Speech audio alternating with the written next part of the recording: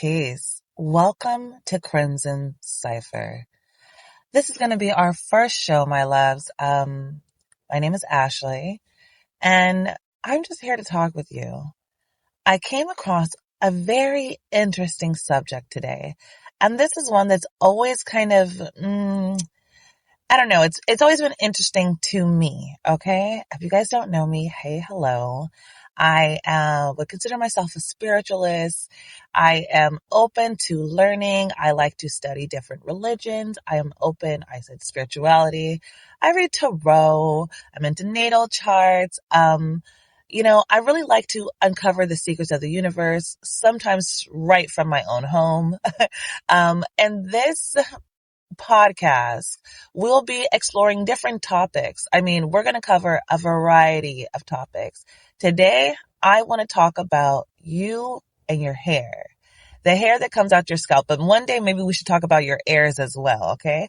But yes, the energy, I'm so used to doing tarot readings, you guys. Bear with me. But I'm very curious. How do you feel about your hair? As a woman, I would like to take it from both perspectives. So I will give my input as a woman on me personally, and then I would like to talk to a few men on how they feel personally about women's hair. Okay? So me as a woman, I am African American.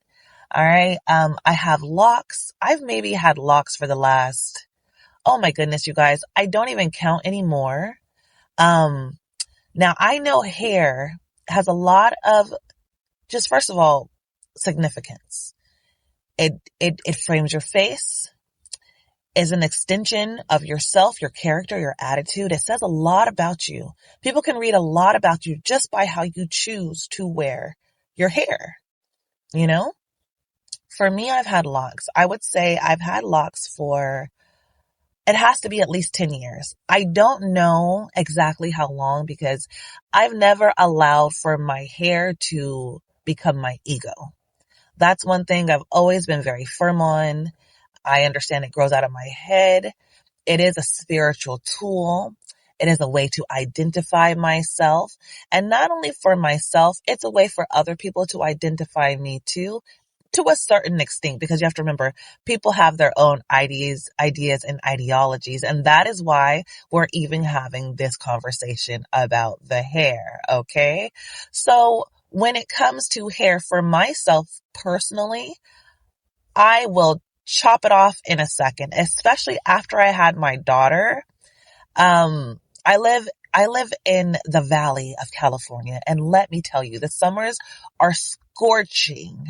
I never understood more that Jesus had a head of wool than after I had my daughter, because my locks would sit on my neck and I would just get so hot.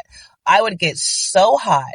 Eventually, I was like, I remember one day saying, I'm just going to cut my hair.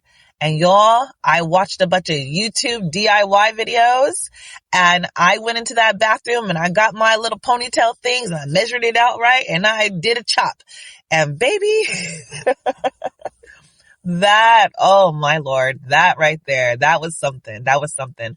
And I really had to go through it, grow through it. I had a full head of hair, always have had, so for me personally, I will cut my hair.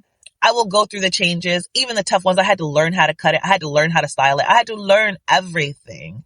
Okay. But that was one thing that was so freeing for me. I know some people, when they get locks, it is a very spiritual thing, or their hair, and again, I don't take that away from anyone. It is a receptor of sorts, but it's, I say, don't let your hair be the deceptor. Like, you know what I mean?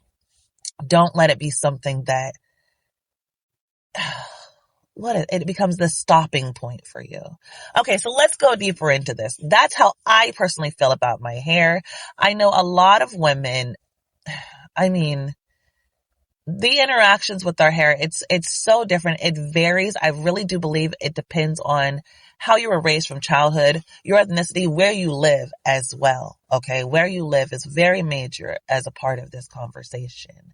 A matter of fact, if you're African American and you grew up in America, as a young girl, there is something socially that we go through. especially if you were maybe born anytime before the 2000s. I would say a lot of the television programming was focused on whiteness. Okay? It really, truly was. So you really couldn't get away with it. You really couldn't get away from it. By the age of 5 years old, most young Black girls have some sort of association with whiteness. And it usually comes in like this through the hair. It comes through the hair. Okay? There's this energy. Girls, little Black girls, they have this kinky, curly, bouncy hair. It fluffs up. It goes into afros. You can twist it. You can plait it. You can braid it. You can comb it straight. There's so many things you can do with Black hair. And a lot of times we're not putting straightener, chemicals, anything heat on a child's hair. So they may have their cute little twist. They may have their braids. They may have their plaits. They may have their afros. But there's something that happens when that little girl sees all the other girls tucking their straight hair behind their ear. And she wants to experience that as well. That is the first association with the hair. That's where it first comes in. So if we're going to talk about how people feel about their hair, how they associate things, how they choose to color themselves up, dress themselves up, even look at themselves, you must first understand where, like, the point of pain, where it first comes from. Because hair is a point of pain for a lot of women. That's why they wear these wigs. That's why they wear these frontals. That may be even why they wear their locks and I don't do this to my locks. I don't do that. Oh, I don't cut my locks. And it doesn't just have to be women, but I'm a woman. So I'm speaking from a woman's vein. I want to talk to some men about this. This may be an ongoing project where I want to talk to some men, or maybe I might find, oh, y'all, I don't do the TikTok thing. I mean, good grief. I can't sit there and just watch these videos over and over and over, one after another. But I may for you. I may go because I feel like I need more input.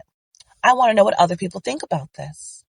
This is my take. This is how I see it.